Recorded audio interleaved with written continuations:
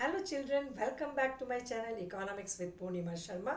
Hope you all will be busy in the preparation of term 1 examination. एक छोटा सा प्यारा सा कोट आपके लिए पहले पढ़ाने से पहले कि समय और समझ दोनों एक साथ खुश नसीब व्यक्तियों को ही साथ में मिलती हैं, क्योंकि जब समय होता है तो समझ नहीं होती, जब बच्चे होते हैं तो समय होता है लेकिन समझ नहीं होती और समय को वेस्ट कर देते हैं, और जब समझ आती है तो समय निकल जाता है। तो अभी आपके पास समय है, उसको यूज़ करो ताकि आपका रिज़ल्ट अच्छा आए।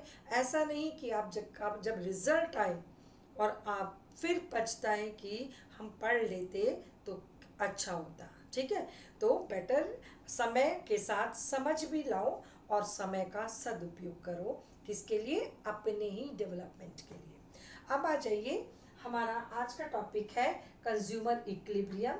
ठीक है, कौन सा अप्रोच? यूटिलिटी अप्रोच, इसको हम क्या बोलते हैं? कार्डिनल अप्रोच और मार्शल अप्रोच, तीनों नाम याद रखो।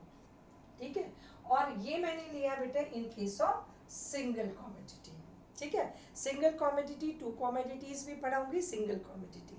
अब इसमें पहले मीनिंग, अगर ये डायरेक्ट क्वेश्चन आता है तो सबसे पहले आपको क्या लिखना है? मीनिंग। ठीक है, तो ये कंज्यूमर इक्विलिब्रियम क्या है? It's a situation when a consumer gets maximum satisfaction, ये इसके कीवर्ड्स लिखी हूं मैं, gets maximum satisfaction by consuming a commodity, ठीक है, given amount of a commodity, ठीक है, at given income and given price। ठीक है, एक कॉमोडिटी की प्राइस 10 रुपये है, ठीक है, और उसके पास पैसे हैं 100 रुपीज़। तो वो किस तरह से लोकेट करे 100 रुपीज़ को, ठीक है, कि उसकी जो सेटिस्फैक्शन है वो मैक्सिमम हो जाए, given income and given prices. ठीक है, अब आ जाइए, इसकी दो कंडीशन है बेटा। पहली है आपकी कि एम यू एक्स, ठीक है, should be equal to P x.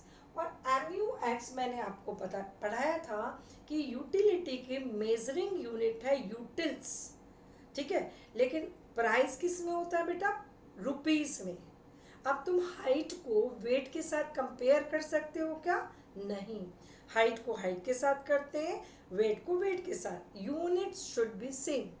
तो हमें क्या करना है कि मार्जिनल यूटिलिटी को किसकी? कॉमोडिटी की किससे डिवाइड करना है? मार्जिनल यूटिलिटी ऑफ मनी से, एम यू एम। तो ये जो है काय में कन्वर्ट हो जाएगी हमारी मार्जिनल यूटिलिटी इन रुपीस। ठीक है, फिर ये भी रुपीस में है और ये भी रुपीस में है, और हम दोनों को कंपेयर कर सकते हैं। हमारा यूटिलिटी क्या है? गेन है, सेटिस्फैक्शन, और प्राइस पेड क्या है? सेक्रीफाइस है यूटिलिटी का। ठीक है, तो हम गेन और सेक्रीफाइस को कंपेयर करते हैं यहाँ पे कि हमने इतने पैसे खर्च करे, यानी कि इतना सेक्रीफाइस किया, तो हमें को कितने रुपए के बराबर हमें उससे सेटिस्फेक्शन मिला, उस दोनों को कंपेयर करते हैं। और यहाँ पे ये जो मैक्सिमम सेटिस्फेक्शन है ये होना चाहिए, ये total satisfaction, T, it's not marginal, total satisfaction obtained from the consumption of all the units of a commodity should be maximum, right? अब आ जाइए इसकी पहली condition, M U X in rupees should be equal to P X. इसको हम ऐसे भी लिख सकते हैं, ये रुपीज में है ना, तो M U X upon M U M, this is what? Marginal utility in rupees. ठीक है, should be equal to P X. और इसको हम इसको इधर कर सकते हैं, इसको इधर कर सकते हैं। तो इस इक्वेशन को हम ऐसे भी लिख सकते हैं बच्चों, M U X upon P X should be equal to M U M. तीनों तरीके से हम लिख सकते हैं। और दूसरा इसका फीचर, दूसरी जो कंडीशन है किसके लिए? कंज्यूमर इक्विलिब्रियम के लिए, वो क्या है? Law of diminishing marginal utility, जो मैंने अपनी प्रीवियस वीडियो में पढ़ाई है, मस्ट बी एप्लीकेबल। ठीक है, ये जो मार्जिनल यूटिलिटी है वो कैसी होनी चाहिए? वो diminishing marginal utility law applicable होना चाहिए। जितनी भी मैंने आपको एजम्पशंस बताए थे किसके, लॉ ऑफ डीएमयू के। इससे पहली वीडियो में वो सब यहाँ एप्लीकेबल होंगे, क्योंकि कंज्यूमर इक्विलिब्रियम पूरा कॉन्सेप्ट किस पर बेस्ड है, लॉ ऑफ डीएमयू पे, चाहे वो यूटिलिटी अप्रोच हो या फिर ऑर्डिनल अप्रोच हो, कार्डिनल हो या ऑर्डिनल हो, दोनों अप्रोच किस पर बेस्ड है हमारे, law of diminishing marginal utility पर। ठीक है, अब आ जाइए, सपोज यहाँ पे आपका टेबल है बनाया हुआ है मैंने, यहाँ पे प्राइस क्या है गिवन, मैंने कहा ना गिवन प्राइसेस, तो प्राइस क्या लिखा है, गिवन 10 कांस्टेंट। ठीक है, और ये क्या, मार्जिनल यूटिलिटी ऑफ रुपी लिख दिया है। अगर ये यूटेल्स में होगा तो हम इसको डिवाइड करेंगे एम यू एम से। ठीक है, मैंने ऑलरेडी डिवाइड करके लिखा हुआ है M U X in rupees, यानी कि it is M U X upon M U M. ठीक है, ये कैसी हो रही है, डिमिनिश हो रही है, क्यों, क्योंकि कौन सा लॉ एप्लीकेबल है, D M U, diminishing marginal utility. तो आप देख रहे होंगे मार्जिनल यूटिलिटी क्या हो रही है, फॉल हो रही है, क्योंकि जो हम कंजम्पशन को बढ़ाते हैं तो utility derive from each successive unit goes on falling, तो M U falls with the increase in consumption. Consumption बढ़ रहा है 1 2 3 4 5 6 यूनिट, मार्जिनल यूटिलिटी कम हो रही है कॉन्टिन्यूसली। अब इस पूरे टेबल को 3 पार्ट्स में डिवाइड करेंगे, इधर मैं डायग्राम बनाऊंगी अब। ठीक है, इसको डायग्राम के साथ समझाऊंगी आपको कि कैसे इसको हम डिटरमाइन करते हैं और क्यों। ये देखिए, एक्स पर कौन सा वेरिएबल होता है, एक्स पर होता है इंडिपेंडेंट वेरिएबल। हम यहाँ पे क्या प्रेजेंट करने जा रहे हैं डायग्राम में, यूनिट्स पहले हम कंज्यूम करेंगे, फिर उसके बाद हमको सेटिस्फैक्शन मिलेगा। तो यूनिट्स कंज्यूम हमारा क्या हो गया, इंडिपेंडेंट वेरिएबल है, क्योंकि पहले हम कंजप्शन कर रहे हैं।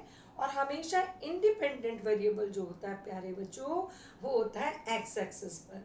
अक्सर बच्चे ये बेसिक चीज़ें नहीं पता होता, वो कहते हैं डायग्राम बनाने में प्रॉब्लम है।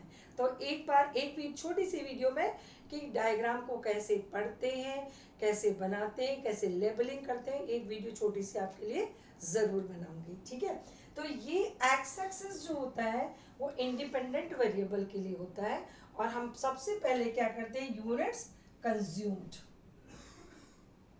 यानी कि यहाँ पे ये वाला आएगा, क्योंकि पहले हम क्या करेंगे, कंजप्शन, उसके बाद हमको क्या मिलेगी, मार्जिनल यूटिलिटी, डिपेंडेंट वेरिएबल और पी एक्स। ठीक है, ये हमने डिसाइड किया। प्राइस क्या है, कांस्टेंट है, मैं वो नहीं, इस पर वो नहीं कर रही हूँ, आप सिंपल भी बना सकते हैं, पी एक्स। ठीक है, क्योंकि ये क्या है, कांस्टेंट है, डज नॉट चेंजेस। एम यू क्या हो रहा है, फॉल हो रहा है, और जीरो भी हो रहा है और माइनस में भी जा रहा है, तो ये क्या है, एम यू एक्स। ठीक है, तो मैंने पहली कंडीशन आपको क्या बताई है कि M U X in rupees, ये क्या है, in rupees, should be equal to P X. अब इस डायग्राम में ये कहाँ पे हो रहा है बेटे, ओ एम लेवल पे हो रहा है। ठीक है, ये दोनों क्या हो रहे हैं, इंटरसेक्ट हो रहे हैं। कौन सा पॉइंट है, ई पॉइंट है। अब ई पॉइंट क्या हो रहा है, कंज्यूमर इक्विलिब्रियम स्टेट में है।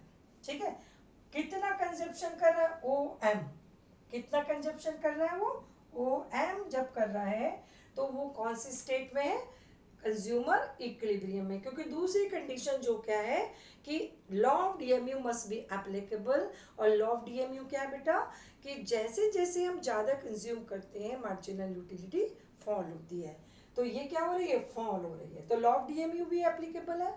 और पहला क्या है, M U X in rupees should be equal to P X, ये भी आपकी सेटिस्फाई हो रही है किस पॉइंट पर, ई। तो ई पॉइंट के कॉरस्पॉन्डिंग कितना कंजप्शन है, ओ एम। ठीक है, तो O M is the level of consumption at which consumer will be in the state of equilibrium. Neither he wants to increase the consumption beyond OM, nor he wants to decrease the consumption here. OM से कम भी नहीं करेगा, OM से ज़्यादा भी नहीं करेगा, और वो किस स्टेट में होगा, इक्विलिब्रियम की स्टेट में होगा। ठीक है, अब ये देखिए यहाँ पे टेबल में देख रहे हो कहाँ पे हो रहा है ये बच्चों, ये हो रहा है 3 पर। px is equal to MUX in rupees, कौन सी कंडीशन है, कंज्यूमर इक्विलिब्रियम है। इससे पहले क्या हो रहा है कि MUX is more than px, ये 20 है और ये क्या है 10 है, तो ये क्या हो रहा है, MUX is greater than px, consumer will not be in the state of equilibrium. अब ये बेटा जब MUX is greater than px है इन रुपीज, तो क्या हो रहा है, कंज्यूमर विल कंज्यूम, इससे फायदा हो रहा है ना। पहले इसको प्रैक्टिकली समझो कि मैंने 4 यूनिट खरीदी, फिर 5वीं यूनिट खरीदी, क्योंकि MU क्या है बाई एडिशनल यूनिट जो हमें सेटिस्फैक्शन मिलता है। अब जब 5वीं यूनिट मैंने खरीदी बच्चों, उसके हमने पैसे दिए 10 रुपये और हमको सेटिस्फैक्शन मिला 12 रुपये के बराबर। MU क्या है 12 रुपये। अब 12 रुपये हमको सेटिस्फैक्शन मिल रहा है और सेक्रीफाइस हम कर रहे हैं 10 रुपये का, तो हमें कितना उससे फायदा हुआ, 2 रुपये का हमको गेन हुआ। ठीक है, और ये मेरा gain by this unit will be added in my total satisfaction और will increase my total satisfaction, क्योंकि ये तो एडिशनल यूनिट से है ना, हमारा एम है टोटल सेटिस्फैक्शन को मैक्सिमम करना। तो जिस यूनिट में MUX इज ग्रेटर है किससे, PX से, यानी कि जो कंज्यूमर है वो सेक्रीफाइस कम रुपए के बराबर कर रहा है, उसको गेन ज़्यादा रुपए के बराबर मिल रहा है, किससे, बाय एडिशनल यूनिट। और इस एडिशनल यूनिट से जो उसका नेट गेन है, ठीक है, वो किस में जुड़ जाएगा, आपका टोटल गेन सेटिस्फैक्शन में, and will increase the total satisfaction, total utility. और जब तक टोटल सेटिस्फैक्शन हमारा बढ़ रहा है, ठीक है, तो हम अपने कंजप्शन को नहीं रोकेंगे। क्यों, क्योंकि अभी हमारा सेटिस्फैक्शन बढ़ रहा है, मैक्सिमम नहीं हुआ।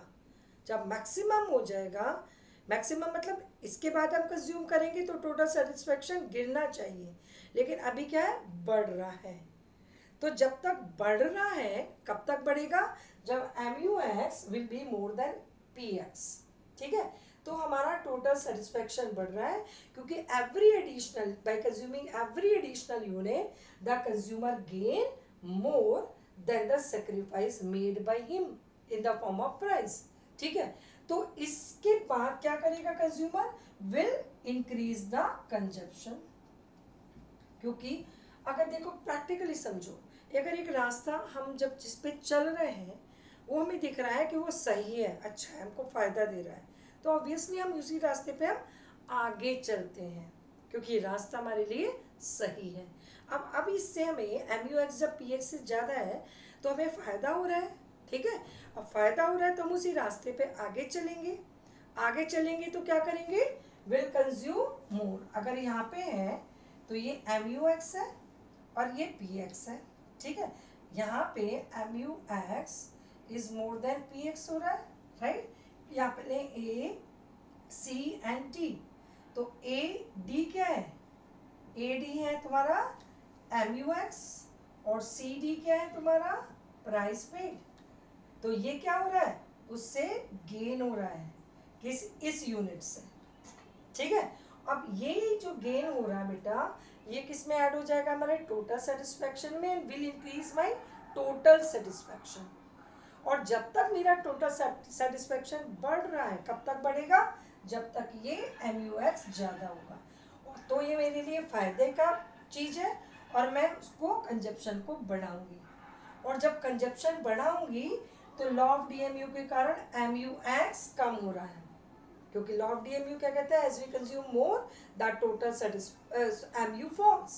ठीक है, और ये कब तक होता रहेगा, जब तक गिरते गिरते गिरते जो हमारा MU है वो प्राइस के बराबर नहीं हो जाता, यानी कि E पॉइंट पे। तो जब MUX is greater than PX है, ठीक है, कंज्यूमर क्या कर रहा है, विल इंक्रीज द कंजप्शन। तो ये इक्विलिब्रियम है क्या बच्चों, क्योंकि इक्विलिब्रियम क्या बताया आपको, state of rest. Neither he wants to increase the consumption nor he wants to decrease the consumption. और जब एम यू एक्स ज़्यादा है पी एक्स से, कंज्यूमर क्या कर रहा है, विल इंक्रीज द कंजप्शन. तो it is not equilibrium. It's not consumer equilibrium. He will not be in the state of equilibrium. He will increase the consumption. ठीक है. अब आ जाइए इसके बाद क्या हो रहा है, यहाँ पे एम यू एक्स इक्विलिब्रियम के बियॉन्ड, बाद में. पहले ये क्या है, प्रायर, और ये क्या है, बियॉन्ड. बियॉन्ड क्या हो रहा है बेटे, एम यू एक्स ये हमारा एस टी आर, ठीक है. ओ आर पर एस टी क्या है, एस आर क्या है, sacrifice, price paid, and T R क्या है, यूटिलिटी. ये यूटिलिटी है और ये क्या है, प्राइस. अब यहाँ पे एम यू एक्स यानी कि gain by additional unit is less than price paid. Suppose हमें 3 रुपए के बराबर सेटिस्फेक्शन मिला और हमने प्राइस पे कर दी 10 रुपए. ठीक है. तो ये हमारे लिए क्या हो गया, नुकसान. हम सेक्रीफाइस ज़्यादा और गेन कम. और अगर हम एक रास्ते, प्रैक्टिकली सोचो और चीज़ को, अगर हम रास्ते पे चल रहे हैं और हमें देख रहा है ये रास्ता हमारे लिए अच्छा नहीं है, नुकसान अच्छा है क्या, तो हम क्या करते हैं, तुरंत अपना रास्ता बदलते हैं, पीछे आते हैं. ठीक है, पीछे आते हैं. तो ऐसे यहाँ करेंगे कि जब हमारा utility come by additional unit और प्राइस ज़्यादा, यहाँ पे क्या हो रहा है, ये यूटिलिटी 4 और price 10, utility 0 price 10, utility -6 price 10. तो हम ऐसी सिचुएशन में क्या करेंगे, will decrease the consumption, will decrease the consumption. Consumption को यहाँ क्या कर देंगे, डिक्रीज, क्योंकि रास्ता गलत है, नुकसान हो रहा है बाई कंज्यूमिंग मोर.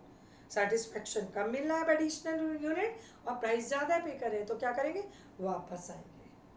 और जब वापस आएंगे तो एज पर law of DMU, as we consume more MU falls, as we consume less MU rises. तो जब हम वापस आएंगे बेटा तो MU हमारी ये बढ़नी शुरू हो जाएगी यहाँ से यहाँ.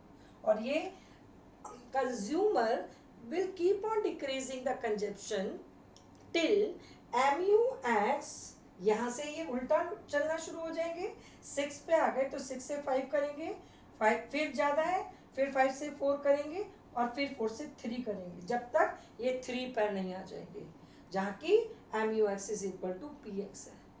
तो बताओ बच्चों, यहाँ पे इक्विलिब्रियम कहाँ हो गया, जब MUX is less than PX है, क्योंकि यहाँ पे हमने क्या किया, हमने कंजप्शन को डिक्रीज किया, कंजप्शन को डिक्रीज किया.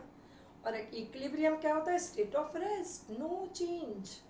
और यहाँ पे क्यों नहीं है, क्योंकि यहाँ पे हमने कंजप्शन को इंक्रीज किया 1 2 3. ठीक है, यहाँ पे हम कंजप्शन जब ये हो रहा है तो हम क्या करें, कंजप्शन को इंक्रीज कर रहे हैं, और यहाँ पे क्या कर रहे हैं, कंजप्शन को डिक्रीज कर रहे हैं. तो कहाँ पे फिर इक्विलिब्रियम होगा, obviously when MUX is equal to PX. ना तो जब MUX ज़्यादा है PX से प्रायर द इक्विलिब्रियम, ना ही जब MUX PX से कम है बियॉन्ड द इक्विलिब्रियम. तो फिर स्टेट ऑफ रेस्ट कहाँ होगी, मैक्सिमम टोटल सेटिस्फेक्शन कहाँ होगा कंज्यूमर को, जब वो दोनों कंडीशन सेटिस्फाई होंगी, जब MUX will be equal to PX and the marginal utility will, law of DMU should be applicable. ठीक है, आपको शायद ये अच्छे से समझ में आया होगा. अब इसमें न्यूमेरिकल्स भी आ जाते हैं बच्चों. और क्वेश्चन कैसे, कभी कभी तो ये क्वेश्चन दे दिए जाते हैं. ठीक है, आपको marginal utility of money they the, MUX दे दिया, ठीक है, और प्राइस दे दिया गिवन. ठीक है, कि जैसे सपोज मैं यहाँ पे आपको टेबल दूं, एक तो 2 कंडीशन बताओ और डिस्कस करो.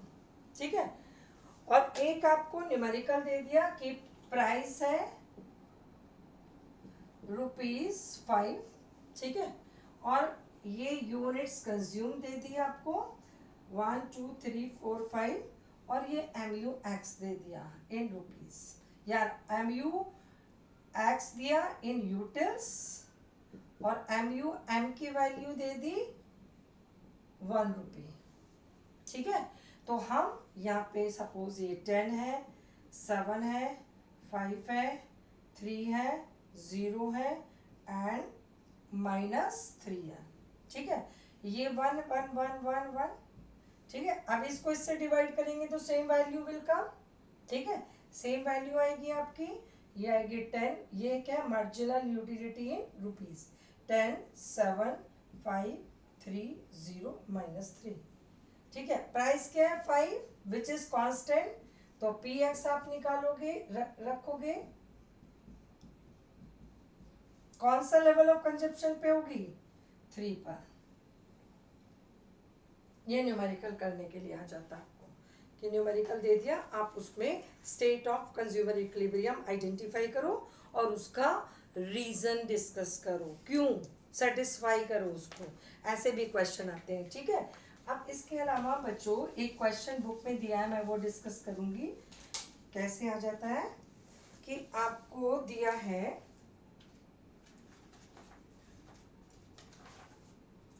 बहुत इंपॉर्टेंट चैप्टर है बेटा ये, और इसमें consumer consumes only one commodity. ठीक है, and marginal utility from the good is 60 utils, MUX is given 60 utils. ठीक है, उसके बाद दिया है and it's price is 7 rupees. ठीक है, गिवन। उसके बाद वेदर द कंज्यूमर, उसमें फिर उसने क्या है, indicate whether the consumer will be in the state of equilibrium or not if marginal utility of money for the consumer is 6 utils, MUM is 6 utils।